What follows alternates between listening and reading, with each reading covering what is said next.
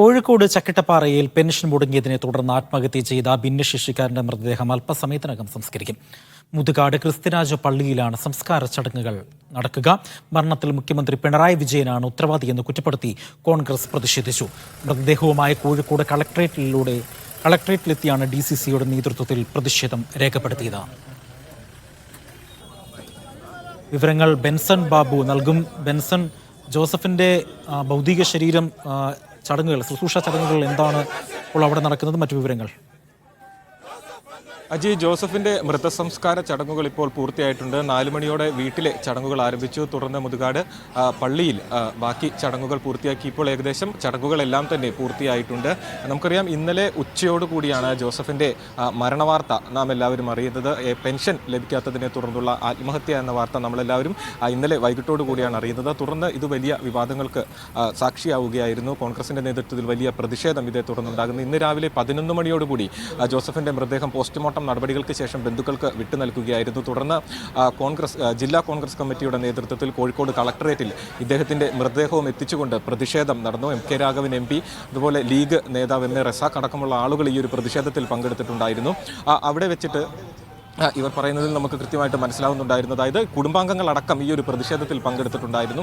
അതിൽ നിന്നും കൃത്യമായും കഴിഞ്ഞ 5 മാസക്കാലമായി ഇദ്ദേഹത്തിന് ഈ പെൻഷൻ ലഭിച്ചിട്ടുണ്ടായിരുന്നില്ല. ഇതിനാൽ തന്നെ വലിയ രീതിയിലുള്ള സാമ്പത്തിക ബുദ്ധിമുട്ട് ഇദ്ദേഹത്തിന് വന്നിട്ടുണ്ടായിരുന്നു. ഇതാണ് ആത്മഹത്യയിലേക്ക് നയിച്ചത് എന്നാണ് കുടുംബം ഇന്നലെ മുതൽക്കേ തന്നെ ആരോപിക്കുന്നത്. അതുപോലെ തന്നെ കഴിഞ്ഞ കോൺഗ്രസ് നേതൃത്വവും ഇക്കാര്യങ്ങൾ തന്നെ ആരോപിക്കുന്നു. ഇവർ മുൻപോട്ട് വെക്കുന്ന ആവശ്യം എന്ന് പറയുന്നത് ഈ ജോസഫിൻ്റെ കുടുംബത്തിലെ ആരെങ്കിലും ഒരാൾക്ക് സർക്കാർ ജോലി നൽകണം. അതുപോലെ തന്നെ ഇദ്ദേഹത്തിൻ്റെ ഒരു മകൾ, 3 മക്കളാണുള്ളത്, അതിലൊരു മകൾ ഭിന്നശേഷിക്കാരിയാണ്. ഈ മകളുടെ സംരക്ഷണം സർക്കാർ ഏറ്റെടുക്കണമെന്നീ ആവശ്യങ്ങളാണ് നിലവിൽ കോൺഗ്രസ് നേതൃത്വം ആവശ്യപ്പെടുന്നത്. അതുപോലെ തന്നെ കഴിഞ്ഞ 5 മാസക്കാലമായി മുടങ്ങിക്കിടക്കുന്ന പെൻഷൻ നൽകുന്നതിനാവശ്യമായിട്ടുള്ള നടപടികൾ സർക്കാർ ദ്രുതഗതിയിൽ തന്നെ സ്വീകരിക്കണം. ഇല്ലാത്ത പക്ഷം വലിയ രീതിയിലുള്ള പ്രക്ഷോഭത്തിലേക്ക് വരും ദിവസങ്ങളിൽ കടക്കുമെന്നും കോൺഗ്രസ് നേതൃത്വം പറഞ്ഞു വെക്കുന്നുണ്ട്. ഇന്ന് അല്പസമയം മുമ്പ് ഈ വീട്ടിൽ K. സുരേന്ദ്രൻ അടക്കമുള്ള BJP നേതാക്കൾ ഈ വീട്ടിൽ സന്ദർശനം നടത്തുകയുണ്ടായി. ഇപ്പോൾ ഈ വിഷയവുമായി ബന്ധപ്പെട്ട് വലിയ രീതിയിലുള്ള പ്രതിപക്ഷം ഇക്കാര്യങ്ങൾ വലിയ രീതിയിൽ ഏറ്റെടുത്തുള്ള പ്രതിഷേധമടക്കം നടക്കുകയാണ്. നിലവിൽ ഞാൻ നേരത്തെ സൂചിപ്പിച്ചതുപോലെ ജോസഫിന്റെ മൃതദേഹം സംസ്കരിച്ചു. അജി, ഒപ്പം തന്നെ ബെൻസൺ, ഈ സാമൂഹ്യ നീതി വകുപ്പിന്റെ ഏതെങ്കിലും തരത്തിലുള്ള ഇടപെടലുകൾ ഈ സമയത്തിൽ അല്ലെങ്കിൽ ഈ പ്രതിഷേധം നടക്കുന്ന ഈ ഘട്ടത്തിൽ ഉണ്ടായിട്ടുണ്ടോ? അതുമായി ബന്ധപ്പെട്ട ഏതെങ്കിലും വിവരങ്ങൾ ലഭ്യമായിട്ടുണ്ടോ?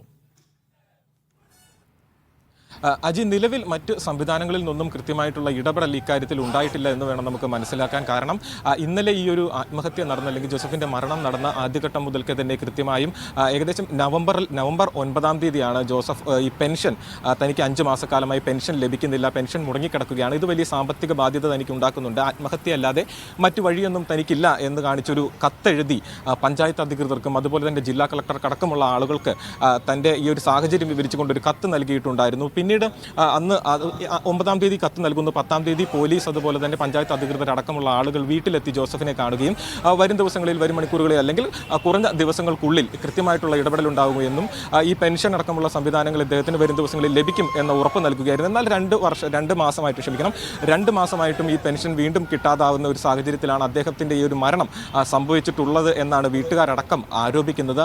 എന്നിട്ട് ഈ ഒരു നമ്മൾ സൂചിപ്പിച്ചതുപോലെ തന്നെ ഇന്നലെ അദ്ദേഹത്തിൻ്റെ മകളടക്കമുള്ള ആളുകൾ കൃത്യമായും ഈ പെൻഷൻ ലഭിച്ചിരുന്നില്ല, പെൻഷൻ ലഭിക്കാത്തതാണ് അദ്ദേഹത്തിൻ്റെ മരണത്തിന് കാരണം എന്ന് വ്യക്തമാക്കിയിട്ടുണ്ടായിരുന്നു. എന്നിരുന്നാലും ഇതുവരെയും അതിൽ കൃത്യമായിട്ടുള്ള ഒരു ഇടപെടൽ സർക്കാർ സംവിധാനത്തിൻ്റെ ഭാഗത്തു നിന്നോ ഒരു വകുപ്പുകളുടെ ഭാഗത്തു നിന്നോ ഉണ്ടായിട്ടില്ല.